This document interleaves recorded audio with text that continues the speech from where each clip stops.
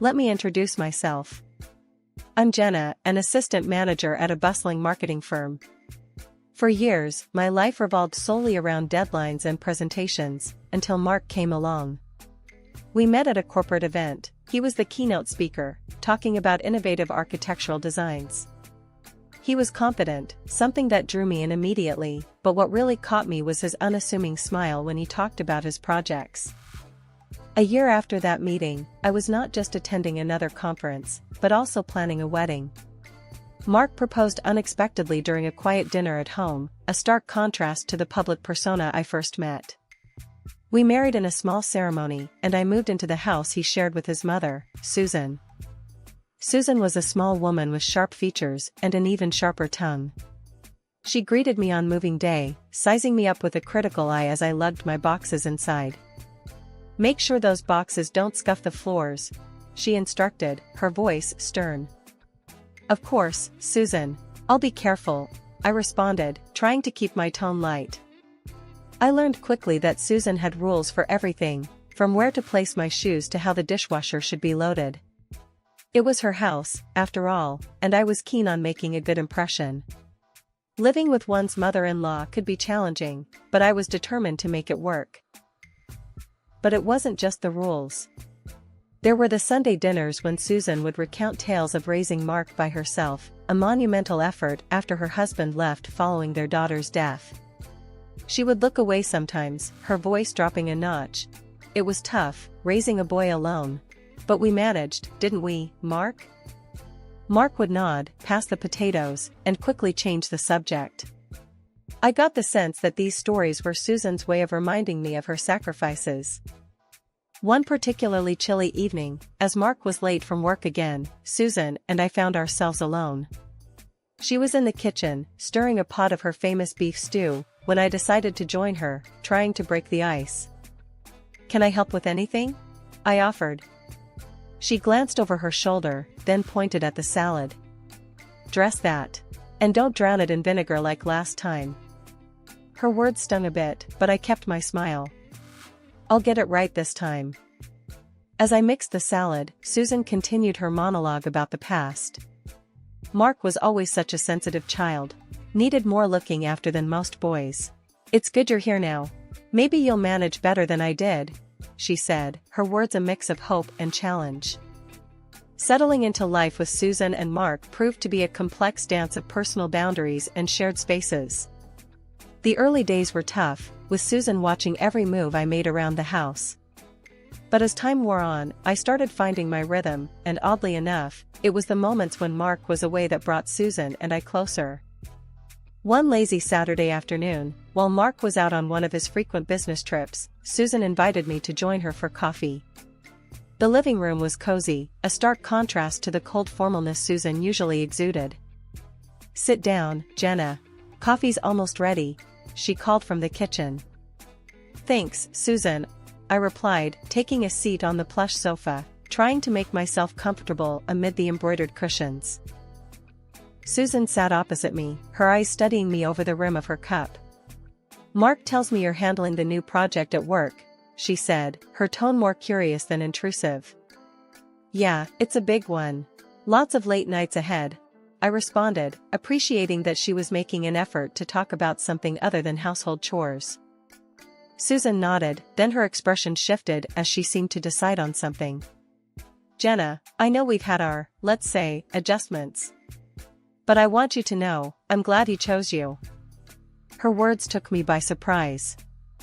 "Thank you, Susan. That means a lot." We sipped our coffee in a more comfortable silence than before, the air between us lighter. "Did Mark ever tell you about his sister?" Susan suddenly asked, setting her mug down. "No, not really," I admitted, curious about the family history Mark rarely mentioned. Susan leaned back, her gaze distant. "It was a hard time, losing her. Changed everything for us." "I can only imagine," I said softly, sensing the pain behind her words. Susan shook her head slightly. "You never get over something like that. But you learn to live, I suppose. That's why I've been hard on you. I needed to know if you could handle this family, with all its scars." Her honesty was unexpected but welcome. "I'm here to stay, Susan. I want to make this work, for all of us." She nodded, a ghost of a smile flickering across her face. "I'm counting on it." "Mark's father, he never got over it," Susan continued, looking into her coffee as though it held the past. "He blamed me for our little girl's death. Said I should have been more careful, should have done something differently. But there was nothing I could have done, nothing to foresee. It tore us apart, and he left not long after." From then on, our relationship took on a new dimension. It wasn't perfect overnight, but there was a mutual respect forming. Evenings often found us in the kitchen together, where Susan would reluctantly pass me the salad bowl without a critical remark, where I would handle the delicate china with care without being reminded. Life at Susan's place settled into a routine, one that was comfortable in its predictability. I still put long hours at work, but now there was more to come home to. One particular evening, I discovered something that would change our lives forever. I was pregnant. The realization hit me like a freight train. I was going to be a mom. Excited and nervous, I bought a couple of those test kits, just to be sure. Each one confirmed what I already knew: our family was about to get bigger. I planned how to break the news to Mark, imagining a perfect, joyous moment. That night, when he came home from work, I had dinner ready, his favorite, spaghetti and meatballs. The table was set, the candles lit. I could barely contain my excitement. "Hey, babe, something smells good," Mark said, loosening his tie as he walked in. "Sit down, I've got news," I said, my voice trembling a bit with nerves. Mark raised an eyebrow, a smile playing on his lips. "Good news, I hope?" I nodded, handing him a small box I'd wrapped. Inside was the positive pregnancy test. "We're going to have a baby," I blurted out before he could open it. Mark's smile faltered. He paused, looking at the test, then back at me. "Wow, are we ready for this?" His reaction wasn't what I'd hoped for. "I think we are. I mean, I know we hadn't planned this now, but I'm happy, Mark, aren't you?" He sighed, running a hand through his hair. "It's not that I'm not happy, Jen. It's just, babies are a big deal, and they need a lot, and we can do this," I cut in, trying to keep my voice steady. "I'll still work, we'll manage. We always do."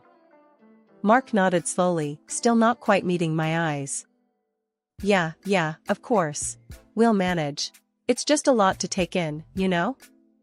Dinner went on, the candles burning lower, the initial excitement I felt dampening under the weight of Mark's hesitant acceptance. It was clear we had a lot to talk about, a lot to figure out. The next day, after a night of little sleep and much thought, Mark handed me a list over breakfast. It was detailed, outlining everything he thought needed to be addressed before and after the baby arrived. I looked over the list. Separate bedrooms after the baby's born, schedules for nighttime feedings, budget adjustments. And all this should have been done only by me. "Mark, this feels like it's just my baby, not ours," I said, trying to keep the frustration out of my voice. Mark didn't respond immediately, his jaw tightening. "Well, of the two of us, you want this baby the most, so it's fair." That day, I didn't just confront the reality of becoming a mother, but also the complexities of how it would impact my relationship with Mark. It was clear that while this baby was a part of us, the path forward wouldn't be without its challenges. As my pregnancy progressed, the atmosphere at home took on a subtle shift. I'd expected joy, or at least a growing sense of shared anticipation, but instead, there was an undertone of tension, particularly from Susan. It felt like every time I caught her eye, there was a flicker of something, discomfort, maybe even disapproval. One crisp evening, as the leaves started turning golden, I decided to address the elephant in the room. Susan was in the kitchen, meticulously peeling apples for a pie. The silence between us had grown too loud to ignore. "Can we talk?" I asked, leaning against the kitchen counter, trying to keep my voice light. Susan glanced up, her hands pausing for a moment. About how things are with us, since the baby news," I said. Susan put down the peeler, wiped her hands, and sighed. Jenna, it's nothing personal. I'm used to how things are around here. I nodded, understanding her more than she realized. I get that, Susan. But things are going to change. It doesn't mean it has to be bad. Susan resumed her peeling, a bit more forcefully. Changes aren't always for the better. As the weeks went on, Susan seemed to adjust to the idea of the baby. When my belly had obviously grown large, one afternoon she commented, "I'll be around to help with the baby. It'll be good having a little one in the house again." "That's great to hear, Susan," I said, a bit relieved, but then added, "You know, it's a girl." The change in Susan's face was immediate and stark. "A girl," she repeated, her voice flat. "Yeah, a girl," I confirmed, feeling a sudden chill. Susan looked away, her voice cold. "I don't like girls." The air felt heavier, denser. "Well, she's still your granddaughter," I said, trying to keep my voice steady. Susan didn't respond, just continued with her cooking, and I knew that whatever semblance of peace we'd found was on shaky ground. As we moved through the weeks, Mark's demeanor also shifted. His work became busier, or so he said, leaving me alone most evenings and weekends. His absences were a stark contrast to the early days of our marriage, filled with long conversations and shared meals. Now, I was lucky if we spent a few hours together on Sundays. As my due date approached, I found myself often alone, wondering how our small, soon-to-be family could feel so disjointed. One afternoon, I found myself sitting in the nursery we'd prepared, running my hands over the soft blankets, the tiny clothes. This room, filled with all the things a baby could need, felt like the only place that was ready for her arrival. The day Ava was born was the most transformative day of my life. After hours of labor, when I finally held her in my arms, all the pain melted away. It was just me and her, and the world seemed to pause.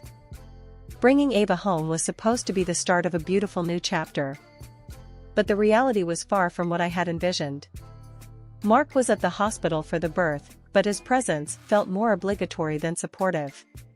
He held Ava briefly, then handed her back like he was afraid he might break her. "Mark, isn't she beautiful?" I said, looking up at him with our daughter in my arms. "Yeah, she's great," he replied, but his eyes were scanning emails on his phone. I tried to brush off his detachment, focusing instead on Ava and the new motherly duties that filled my days and nights. As the weeks passed, Mark's absences grew longer. He was either buried in work or out with friends. "I need some air, Jen. You've got everything covered here," he'd say, kissing my forehead before disappearing for hours.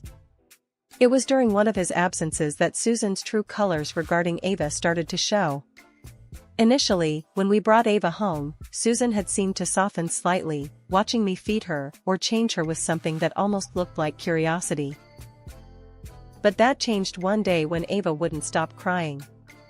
I was rocking her, walking up and down the living room, utterly exhausted. Susan walked in, her expression sour. "Can't you make her stop? All this noise is giving me a headache," she snapped. I was too tired to argue. "I'm trying, Susan. She's just a baby, she doesn't understand." "Well, you need to do something. Maybe take her out for a walk or something. Get her out of the house," Susan suggested, but her tone was far from helpful. As the weeks turned into months, the situation at home grew tense. Ava's colic didn't improve, and with Mark hardly around and Susan's constant remarks, I felt more alone than ever. One particularly tough evening, when Ava had been fussing nonstop and Mark was out again, I reached my breaking point. I called Mark, the sound of Ava's cries echoing in the background as I spoke. "Mark, I need you to come home. Please, I can't do this alone tonight," I pleaded. There was a pause before he responded. "Jen, you know I have a lot on my plate right now. You're doing great with Ava. She'll tire herself out soon." I hung up, feeling a mix of frustration and helplessness. When he finally came home late that night, he found me asleep on the couch, Ava finally quiet in my arms. "Look, Jen, I'm trying here. But you wanted this, remember?"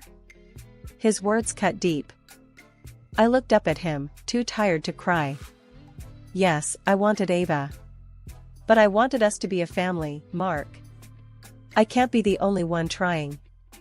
Mark didn't say anything, just walked off to our bedroom, leaving me alone with my thoughts and a sleeping baby. That morning, my home office was a disaster zone, papers everywhere, and my laptop screen filled with endless data. The deadline for my report was looming large, and stress was my constant companion. Ava, only a few months old, was unusually cranky, adding to the chaos. In desperation, I turned to Mark. Can you watch Ava for a few hours? I really need to focus. Mark, looking as if he'd rather be anywhere else but here, pulled out a crumpled piece of paper from his pocket and pointed at it. Remember this? We agreed you'd handle Ava during the day. I've got my own work, Jenna. I stared at him, feeling a surge of frustration. It's just for a few hours, Mark. Can't you help out just this once? He shook his head, unmoved, and turned back to his computer. Just then, Susan walked into the room, her expression unreadable. I'll watch her, she said abruptly. I was taken aback, given her usual reluctance to involve herself with Ava. Are you sure, Susan? Yes, go on. Get your work done. Grateful despite my reservations, I grabbed my things and headed to the office. The quiet there was a stark contrast to the tension at home. I buried myself in work, my mind only half on the financial analyses and forecasts. Hours later, drained from the mental exertion, I returned home. The house was silent. Too silent. In the living room, I found Susan watching TV, seemingly at ease. Where's Ava? I asked, trying to keep my voice calm. She's been sleeping quietly in her crib, Susan replied without turning to look at me. Surprised and relieved, I tiptoed to the nursery. There she was, Ava, looking peaceful in a way that she hadn't for days. It was a relief, but a part of me stirred with unease. She usually never slept this long without waking. I went back to my home office to catch up on more work, but as the night wore on, a nagging worry grew. Ava hadn't woken for her feeding, hadn't made a sound. Something wasn't right. Rushing back to the nursery, I reached for Ava, gently shaking her shoulder. Ava, sweetie, wake up, I whispered. No response. Panic clawed at me. I scooped her up, feeling her too still, too quiet. Ava! I cried louder, hoping for any sign of awakening. Nothing. Mark heard the commotion and appeared at the door, annoyance etched on his face. What's the problem? She's sleeping, isn't that what you wanted? She's not waking up, Mark. Something's wrong. My voice was sharp with fear. Susan came in behind him, her face set in a frown. Stop being dramatic, Jenna. You're just overreacting. I held Ava closer, and that's when I smelled it, a faint but distinct odor of alcohol. She smells like alcohol. Why does she smell like alcohol? I gasped, my heart racing. You're imagining things. Susan snapped, her voice harsh. Just lay her down and go rest. But I couldn't. I couldn't just lay her down. I dialed 911, my hands trembling as I explained the situation. Every second felt like an eternity, waiting for the ambulance, clutching Ava, praying for her to stir. The moment the ambulance arrived, everything became a blur.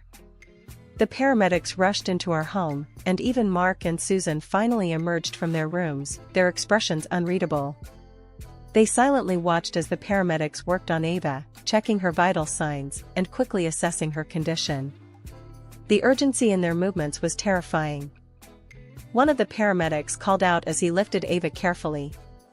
We need to move fast. She's unresponsive. As they wheeled her out on the stretcher, I followed, barely aware of my own feet moving. At the hospital, doctors swarmed around Ava, their voices a mix of calm and urgency. I stood there, frozen, until one of them approached me holding a feeding bottle. Is this what you've been feeding her? The doctor asked, his tone serious. I took the bottle, my hand shaking. It was half full of a clear liquid. No, this isn't milk. What is this? My voice cracked as the realization hit me. The doctor's face was grim. It's alcohol. It was in her crib. She's in critical condition because of it. Hearing those words, my legs gave out, and the room spun. The next thing I knew, I was waking up in a hospital bed, a nurse hovering over me. Where's Ava? How's my daughter? I asked immediately, trying to sit up. Take it easy, the nurse gently pushed me back down. Your daughter is stable now. We've managed to clear the alcohol from her system. She's doing much better. As the nurse stepped out, a couple of social workers came in. Their expressions were somber as they introduced themselves. We've been informed about the situation, one of them started. It appears your mother-in-law was responsible for giving your daughter alcohol. She told us it was to help her sleep and not be a disturbance. I felt sick. The reality of Susan's actions was horrifying.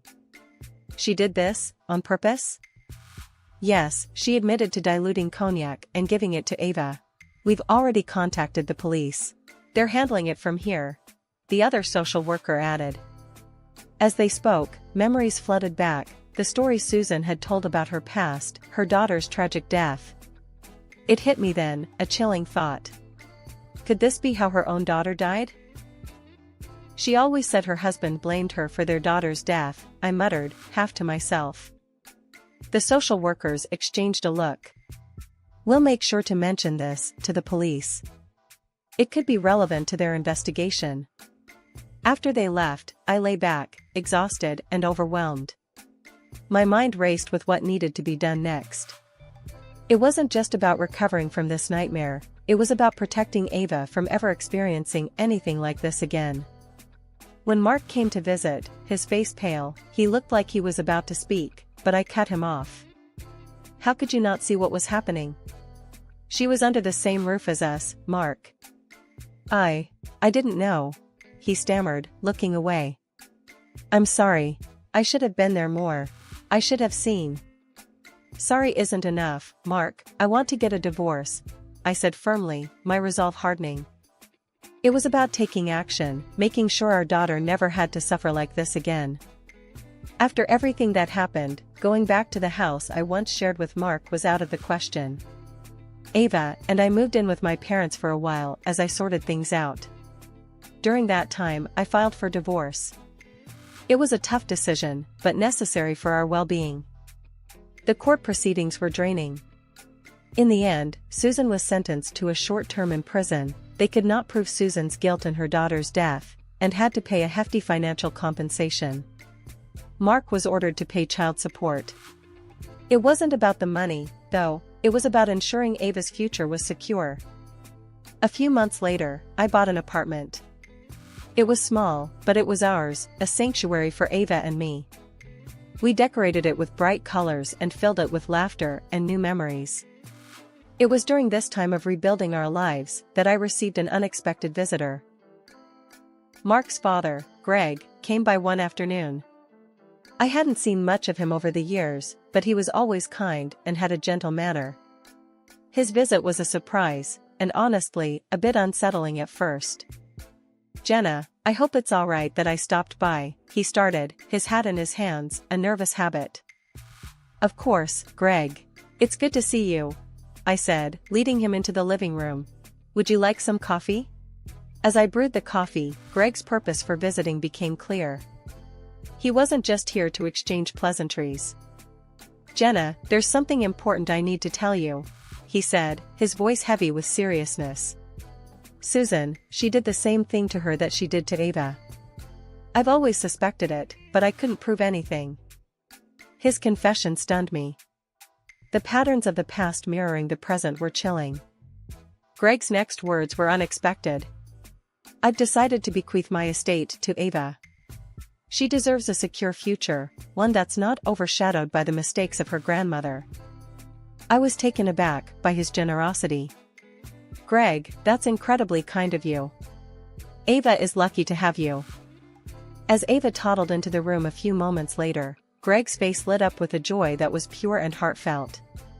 Watching them together, I felt a sense of peace. Despite the turmoil, here was a bond that remained unbroken, a connection that could bring healing. With Greg's support and the new life Ava and I were building, the future looked brighter. I continued to work from home, balancing my career with being a full-time mom. Each day was filled with small achievements and large milestones, and I cherished them all.